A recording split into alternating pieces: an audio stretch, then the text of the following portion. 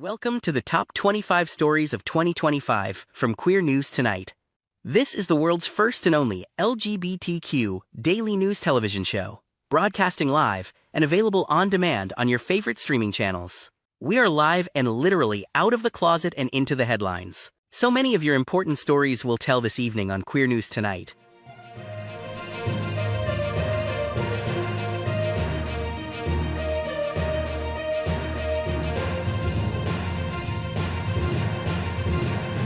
You're watching Queer News Tonight, the world's first daily LGBTQ evening news show. 2025 has been one of the most dramatic years for the LGBTQ community. Hotspots Magazine Happening Out television network shared more than 2,500 stories about and for our LGBTQ community. We don't know what 2026 will bring, so we thought we would finish our year by looking back. Of those 2,500 stories, let's look at the top 25 stories of 25. This curated list is drawn from Queer News Tonight, The FayWhat Show, Queer God Squad, and Hotspots Magazine. This was what was important to all of us in 25 of 2025. Let's queer up the top stories of the year. This is number 7 of 2025. Florida declares war on Wilton, FT Lauderdale, Miami Beach over rainbows. We recall our August 20th story when Florida officials challenged rainbow crosswalks in Wilton Manors, Fort Lauderdale, and Miami Beach, warning of funding cuts if they were not removed. Local leaders and LGBTQ advocates responded forcefully, calling the move unnecessary and political. The dispute over public symbols of inclusion continued statewide. We are starting this evening by queering up breaking news. Florida declares war on Wilton, Fort Lauderdale, Miami Beach over rainbows. Florida has declared war on what Queer News Tonight has called the gayest place on planet Earth. Today, the Florida Department of Transportation has said rainbow embracements in Wilton Manors, Fort Lauderdale, and Miami Beach must remove their city rainbow crosswalks or face major funding retribution from the state. Miami Beach Commissioner Joseph McGenzie said on Facebook that the state informed Miami Beach that the city, quote, must remove all artistic crosswalks, specifically the rainbow-colored crosswalk on Ocean Drive and 12th Street, which has for so long stood as a welcoming sign to our LGBT community. This is complete and utter bullshit that the state has no business getting involved in. I am unequivocal in my support and championing of our LGBT community. And that crosswalk was a welcome sign for everyone. It bothered no one, end quote. Fort Lauderdale Mayor Dean Trantalis, a member of the LGBTQ community, said he expects that the city will soon be questioned about its street designs, including the rainbow art along Fort Lauderdale Beach. He said, quote, it had been determined that if we brightened up a certain intersection, it would bring people's attention that they're entering the intersection, end quote. Trantalis was asked today what Fort Lauderdale will do if they receive the FDOT letter, and he said, quote, we have to wait to see what the letter says, end quote. A representative from the city of Wilton Manors, who asked to not be named, said the Rainbow Bridge on Wilton Drive has been questioned. The representative indicated the argument with FDOT will focus on the argument that it is a design on the side of the road, not the state road directly. The state gave similar orders recently to Delray Beach and Key West, which plan to fight the mandate. The Florida Department of Transportation has warned that non-compliance beyond September 3rd could lead to state funding cuts.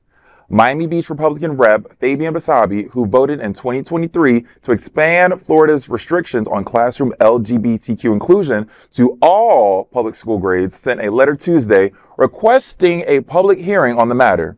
Basabi said, quote, my LGBTQ community in particular has expressed that they constantly feel under attack. It is important to me that the state listen to these voices directly in a fair and transparent process that respects everyone who calls Miami Beach home, end quote. Queer News Tonight's Al Ferguson spoke to Basabi today and said this is largely performative politics and that there are many solutions that must be pursued. Queer News Tonight will be following this developing story closely. This is ridiculous. How does a right-wing conservative justify this action? What is a rainbow road doing to anybody except brightening up the area? It may be a little bit of gentrification, I will be honest, but it is a painted road. How is that bothering anybody that's not homophobic? Genuinely, I'm asking. I'm asking. It's not. I mean, my issue is jurisdiction.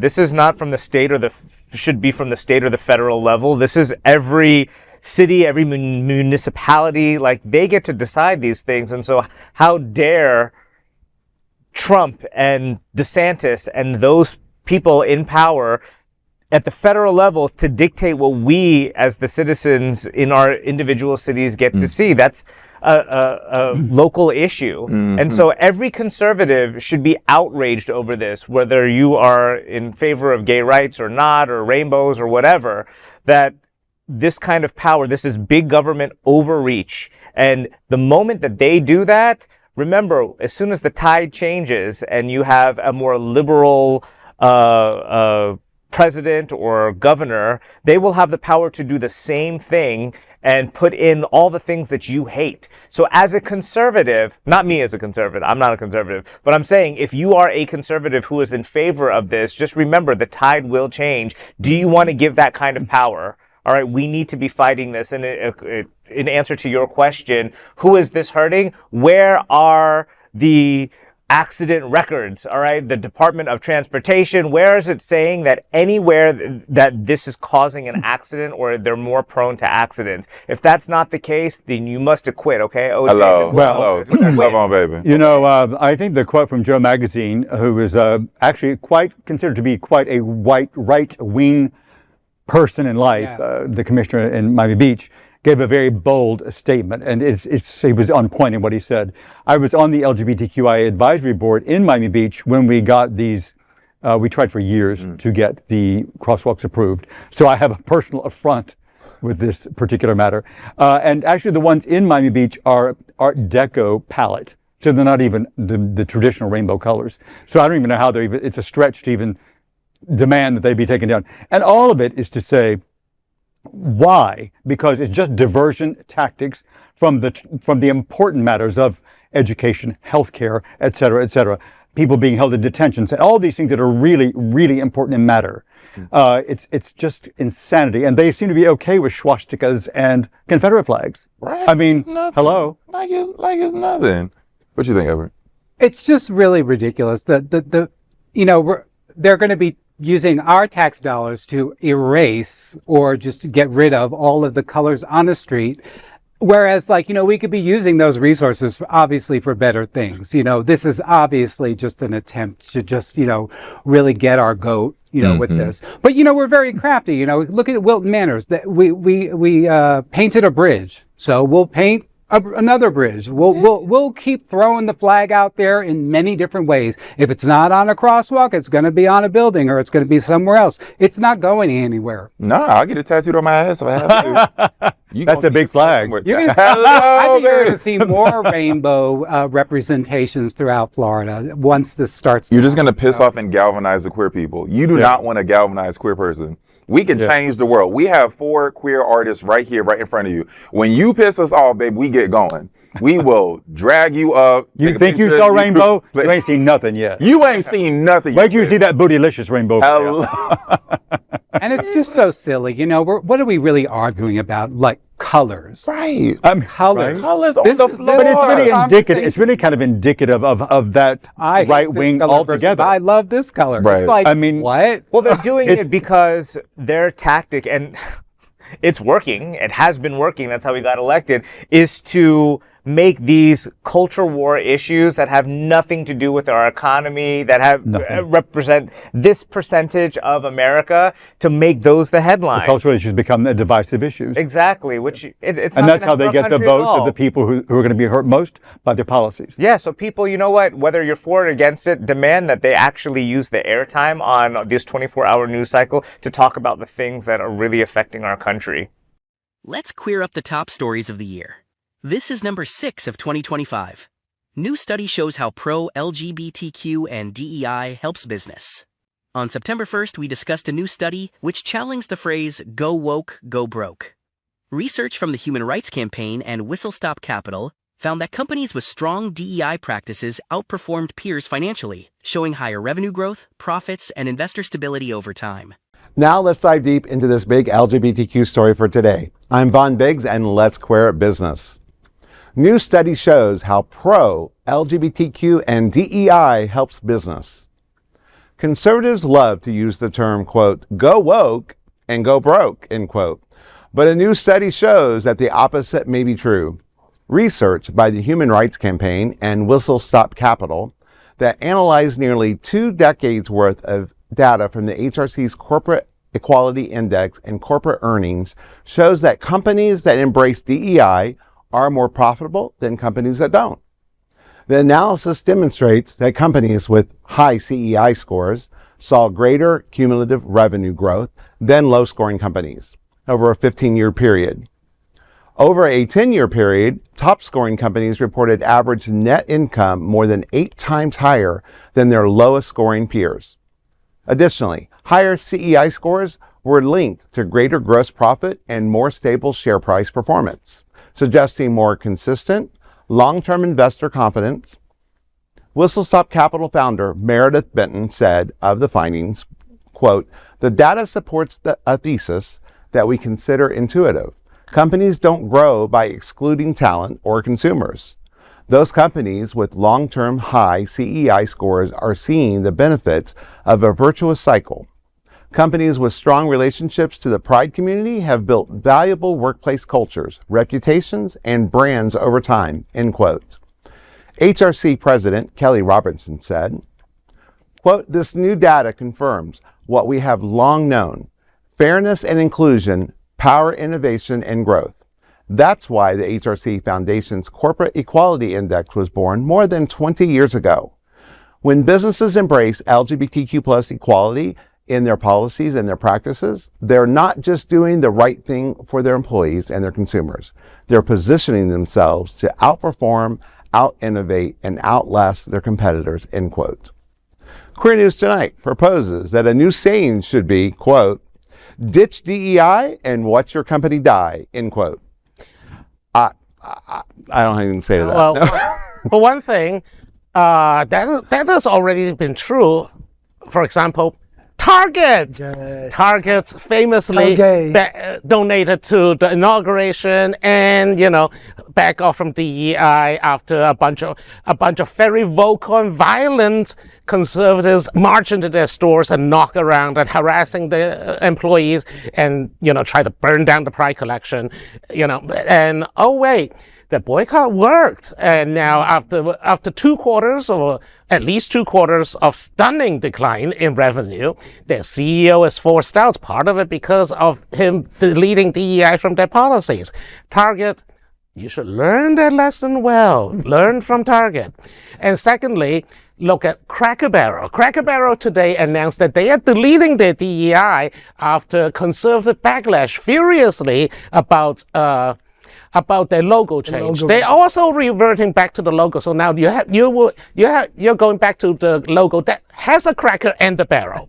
Now, and also, those with long enough memories will remember that Cracker Barrel is the subject of one of the highest profile anti-gay discrimination case, where the previous CEO in a gazillion years ago, in the 90s, literally witch hunt and fired LGBTQ people from their company.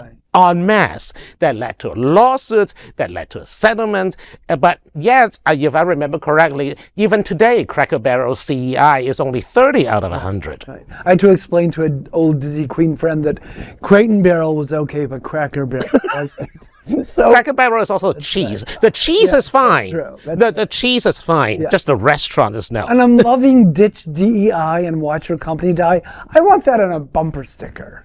That's too, no. I think just switch the name. Just switch one word. Go woke or go broke. You have a choice. Right. Either or. Let's queer up the top stories of the year. This is number 5 of 2025.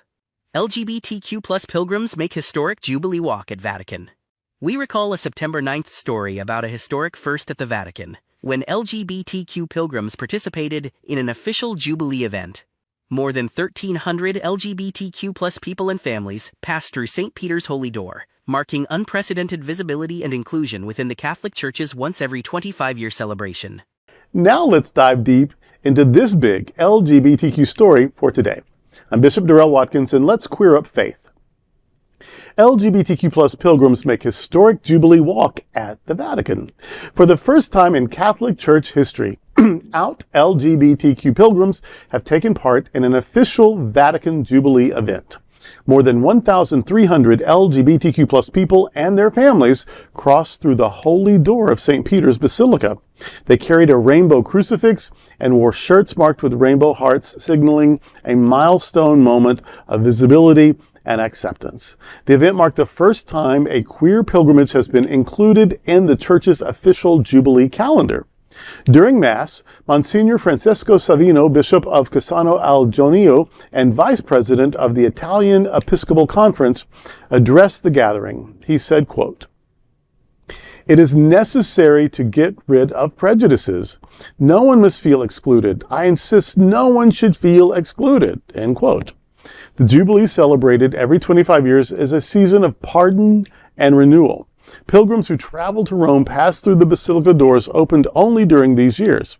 This walk through the holy door symbolized reconciliation and transformation, now for the first time, including LGBTQ plus faithful. The pilgrimage was organized by La Tenda di Giannata, an Italian association for LGBTQ plus Christians and their families. When their event was first placed on the Jubilee calendar, organizers called it, quote, "a unique opportunity to stand united and bear witness to the beauty of a church that embraces everyone without exclusion," end quote. Francis Di Bernardo, executive director of New Ways Ministry, told the National Catholic Reporter, quote, "Not only are LGBTQ people marching and walking to say that they're part of the church, but official church institutions are welcoming them and helping them to tell their stories," end quote. For LGBTQ plus Catholics worldwide, this pilgrimage signals a door not only opened in Rome, but also in faith communities around the globe. Mm-hmm. I'm going to behave. Usually I'm the one that says, "Oh, that's good, but," or "that's good, but it's not enough," or "that's good, but it's about 100 years too late," or. This really is just good. Right. This is people being welcomed, people being celebrated, people being included, people saying out loud that we want inclusion without exceptions, without exclusions. Now, there are other voices saying the exact opposite, right? But that these positive voices are being lifted up, are being heard. I'll get excited when they're offering marriage equality, but this is still pretty far ahead of anything in my lifetime in the Roman Catholic Church. And so 10 years ago, you would never have seen this happen. So this is this is at least kind. This is at least opens up some conversation, and to say, you know who we are, and we're here, and we get to come through these doors and be part of it. That's symbolically very, very important. Hopefully it leads to more substantive things, but it's symbolically huge and a big step forward. So I'm just going to be the good guy this one time on this and say, well done, keep it up. Yeah, I think that one of the most important things about this is the visibility. Yeah. And it makes a statement when the Catholic Church talks about this kind of thing, and that leaders in the Catholic Church are making statements that we want everybody. We don't want to exclude anybody. And I do think with this new Pope, we are seeing a little bit more openness. And I think as time goes by, it's 100 years too late. I mean, there always should have been more inclusion, but I am always the hopeful one. Yeah, I'm the hopeful one, and I give people credit for evolving. There's that. I think that if someone has an opinion, they're presented with information, they meet people, they learn things they didn't know, and then they change their mind. I'm not going to call them a flip-flopper. I'm going to call them enlightened. Flip. If you're on the wrong side, please flip. It's evolving. Yeah. If you have a stance and you learn about it and find out that your stance isn't really the right stance, change it. Grow. Yeah. And I think we're seeing a lot of that here. you know, not only with the Catholic Church, but some other churches as well. Yeah, I mean, I'm a staunch Catholic, and the Catholic Church was part of my staying in the closet. You know, being Hispanic and Catholic and military, and like I was so far in the closet. And this warms my heart just to know that there's at least, you know, 8 years ago, before I officially came out, I would have never thought this day would ever come. Right. And now you have Catholic and LGBT and rainbows and shirts and the physical mecca of the Catholic Church, if you would. A rainbow cross going into the chapel. Yeah, I mean, it's all the symbolisms all on one screen. Yes, very late, very late, but it's happening. And it's a continuation of the previous pontificate too. Right. The just a few years ago, Happening Out Television Network they were doing a travel thing. We were in Italy, and I actually got to celebrate the Eucharist at a Roman Catholic altar. In fact, I've now done it a couple times with another Happening Out church, but in Austria and Italy, but at the in the catacombs. And it was approved by the Vatican. There were people who worked for the church who actually welcomed us, set the altar for us. This would have never happened before Francis. And so we were afraid that, okay, when Francis goes, it's going to be... So apparently, he set a tone that is still in motion. And that is actually very exciting. That if you can get 2 in a row, you know, that's real possibilities. And that's real welcome. That's the real movement. change. Yeah. I think that's the movement, because so many people worldwide are leaving the church. Why are they leaving the church? Because they don't feel welcomed, seen, included. So this is, if nothing else, a big step in the right direction. We're looking back at the top LGBTQ news stories of the year from Queer News Tonight. If our community is important to you, share this news with your friends and family. Don't forget to join the conversation on your favorite streaming platform. Queer News Tonight is the only live LGBTQ digital television show in the world that is out of the closet and into the headlines. We need your support. If our community is to grow and then thrive, we must tell our stories and bring them to the attention of the broader world. This is the only place in the world that tells these types of LGBTQ stories in motion and sound. That is the passion of Hotspots Magazine, Happening Out Television Network, and Queer News Tonight. We'll see you daily at 8 p.m. To our LGBTQ+ world, we wish you a good night.